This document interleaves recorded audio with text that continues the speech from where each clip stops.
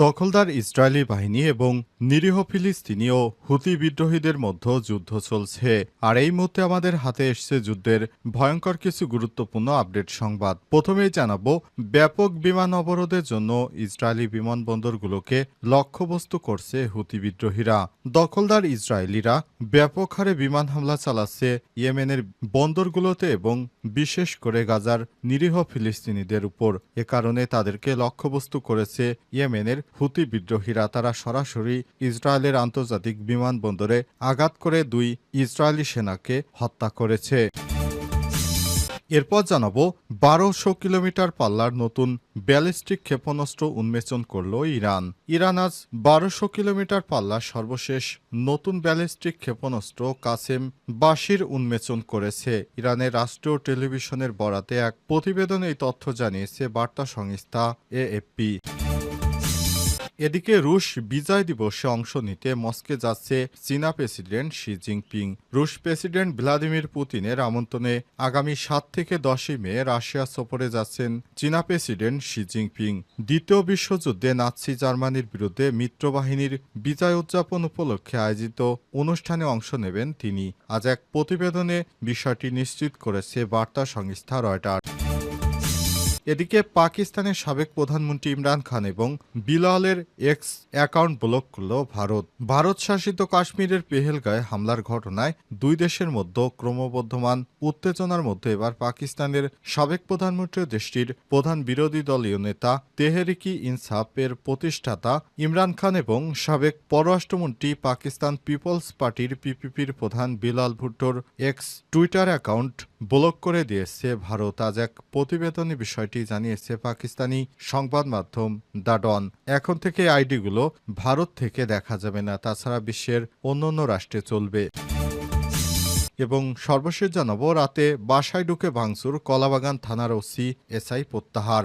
গভীর রাতে বাসায় ঢুকে ভাঙচুর ও মামলায় ফাঁসানোর হুমকি দিয়ে অর্থ আদায়ের অভিযোগে কলাবাগান থানার ওসি সহ এক এসআইকে সাময়িক প্রত্যাহার করা হয়েছে।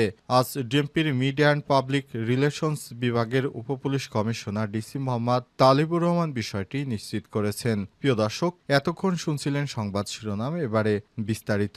তবে তার আগে বন্ধুরা, অনুরোধ থাকবে এই সংবাদটিতে একটি লাইক দিন। এই চ্যানেলে আপনি নতুন হয়ে থাকলে আমাদের সংবাদটি দেখতে দেখতে চ্যানেলটি সাবস্ক্রাইব করে রাখুন। কমেন্ট করে বন্ধুরা আপনার মূল্যবান মতামত জানিয়ে দিন আপনি বিশ্বের কোন দেশ থেকে বা বাংলাদেশের কোন স্থান থেকে আমাদের সংবাদটি দেখছেন এবং শুনছেন। আর বন্ধুরা, গাজা যুদ্ধে আপনি যদি নিরীহ ফিলিস্তিনিদের ভালোবেসে থাকেন, কমেন্টে ইয়েস লিখে বিশ্ববাসীকে জানিয়ে দিন। এবারে বিস্তারিত।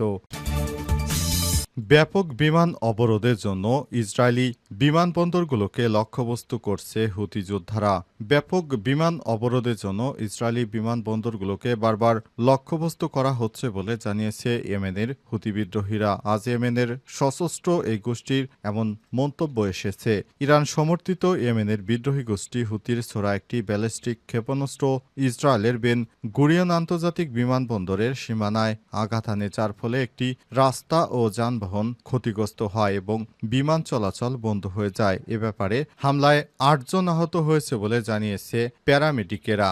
ইসরায়েলি সংবাদ মাধ্যম জানিয়েছে যুক্তরাষ্ট্রের নির্মিত বিভিন্ন থার্ড সিস্টেম ও তেল আবিবের দূরপাল্লার অ্যারো প্রতিরক্ষা ব্যবস্থা ক্ষেপণাস্ত্রটি ভূপাতিত করতে ব্যর্থ হয়েছে। হুতির সামরিক মুখপাত্র ব্রিগেডিয়ার জেনারেল ইয়াহিয়া সারি টেলিগ্রামে পোস্ট করেছে, গাজা উপত্যকায় হামাসের বিরুদ্ধে তাদের অভিযান সম্প্রসারণের প্রতিক্রিয়ায় একটি ক্ষেপণাস্ত্র হামলা চালানো হয়েছে।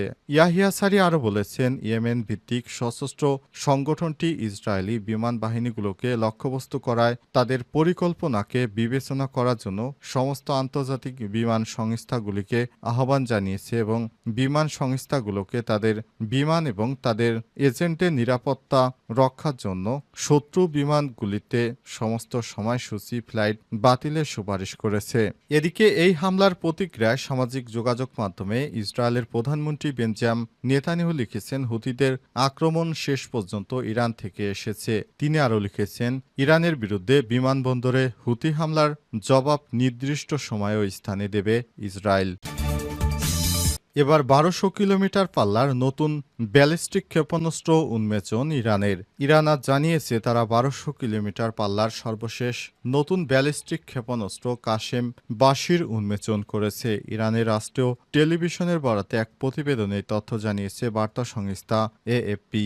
রাষ্ট্রীয় টেলিভিশনে সম্প্রচারিত এক প্রতিবেদনে বলা হয়েছে, কঠিন জ্বালানি চালিত কাশেম বাশির ব্যালিস্টিক ক্ষেপণাস্ত্রের পাল্লা কমপক্ষে ১,২০০ কিলোমিটার এবং এটি ইরানের সর্বশেষ প্রতিরক্ষা অর্জন। এতে আরও বলা হয়েছে যে ক্ষেপণাস্ত্রটি জিপিএস নির্দেশনা ছাড়াই এবং নির্ভুলতার সঙ্গে একাধিক লক্ষ্যবস্তুর মধ্যে একটি নির্দিষ্ট লক্ষ্যবস্তুতে শনাক্ত করতে এবং আঘাত করতে পারে। আজ ইরানের রাষ্ট্রীয় টেলিভিশন প্রতিরক্ষামন্ত্রী আজিজ নাজিরাদেদের সঙ্গে এক সাক্ষাৎকারের সময় নতুন ক্ষেপণাস্ত্রটির ফুটেজ সম্প্রচার করা হয়। নাসিরজাদের সতর্ক করে বলেছেন, যদি আমাদের উপর যুদ্ধ চাপিয়ে দেওয়া হয় তবে আমরা শক্ত হাতে তার জবাব দেব। তিনি আরও বলেছেন, ইরান কোনো প্রতিবেশী দেশের সঙ্গে সংঘাতে যেতে চায় না, তবে তাদের মাটিতে থাকা মার্কিন ঘাঁটিগুলো হামলার লক্ষ্যবস্তু হবে বলেও জানিয়েছে তারা।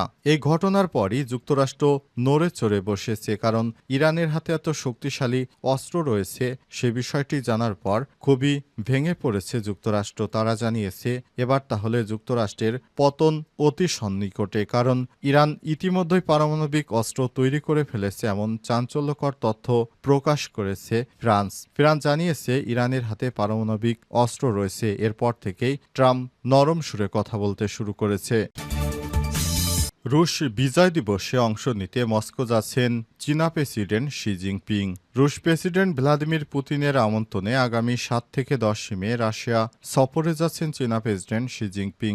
দ্বিতীয় বিশ্বযুদ্ধে নাৎসি জার্মানির বিরুদ্ধে মিত্রবাহিনীর বিজয় উদযাপন উপলক্ষে আয়োজিত অনুষ্ঠানে অংশ নেবেন তিনি। আজ এক প্রতিবেদনে এই তথ্য জানিয়েছে বার্তা সংস্থা এএফপি। ক্রেমলিন রোববার জানিয়েছে এই সফরে প্রেসিডেন্ট পুতিনের সঙ্গে দ্বিপক্ষীয় বৈঠকে অংশ নেবেন শি জিনপিং।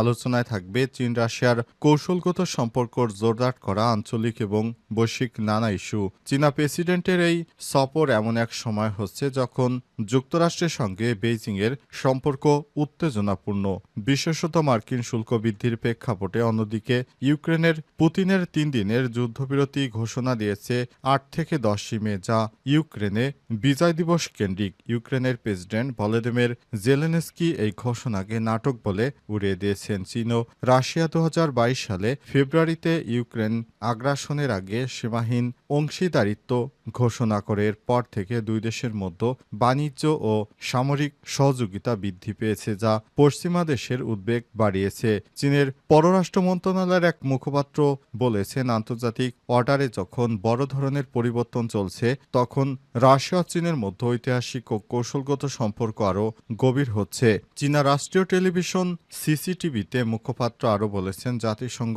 সাংহাই সহযোগিতা সংস্থা এসসিও এবং ব্রিক্সের মতো বহুপাক্ষিক প্ল্যাটফর্ম রাশিয়া চীন ঘনিষ্ঠ সহযোগিতা আরও বাড়িয়ে চলার চেষ্টা করছে। রাতে বাসায় ঢুকে ভাঙচুর, কলাবাগান থানার ওসি এসআই প্রত্যাহার। গভীর রাতে বাসায় ঢুকে ভাঙচুর ও মামলায় ফাঁসানোর হুমকি দিয়ে অর্থ আদায়ের অভিযোগে কলাবাগান থানার ওসিসহ এক এসআইকে সাময়িক প্রত্যাহার করা হয়েছে। সোমবার ৫ই মে ডিএমপির মিডিয়া অ্যান্ড পাবলিক রিলেশনস বিভাগের উপপুলিশ কমিশনার ডিসি মোহাম্মদ তালিবুর রহমান বিষয়টি নিশ্চিত করেছেন। প্রত্যাহার হওয়া পুলিশ কর্মকর্তারা হলেন ভারপ্রাপ্ত কর্মকর্তা ওসি মোক্তারুজ্জামান এবং উপপরিদর্শক এসআই বেলাল হোসেন। এর আগে গত ২ মে বিষয়ে থানায় অভিযোগ দেন ভুক্তভোগী বিশিষ্ট শিক্ষাবিদ ডক্টর আব্দুল ওয়াদুদ। পরে রোববার অভিযোগপত্রটি গ্রহণ করে পুলিশ।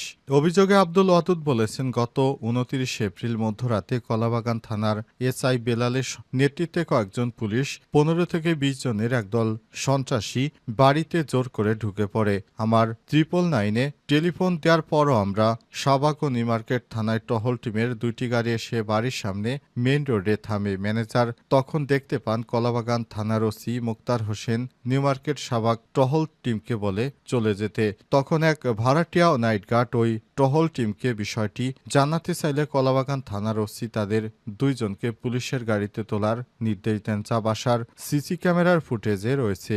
এদিকে বাড়ির মধ্যে ঢুকে কয়েকজন পুলিশ ও ডক্টর আব্দুল ওয়াদুদ মাদুদদের ঘরের তৃতীয় তলায় দরজা ভাঙার চেষ্টা করে। গভীর রাতে সন্ত্রাসী তাণ্ডব ও দরজা ভাঙার শব্দে আশপাশের লোকজনদের মধ্যে ভীতির সঞ্চার হয়। একটি দরজা ভাঙার পর দ্বিতীয় দরজা ভাঙার সময় তিনি কলাবাগান থানার ওসিকে সাহায্যের জন্য ফোন দেন। ওসি তাকে পুলিশের সঙ্গে বের হয়ে আসতে বলে। সেই সঙ্গে আরও বলেন, ডিবির লোক এসেছে তাদেরকে সহযোগিতা করতে। তিনি আর বলেন, কোনো উপায় না পেয়ে পুলিশের সঙ্গে থানায় যাওয়ার জন্য প্রস্তুতি গ্রহণ করি এবং দরজা খুলে দিই, কিন্তু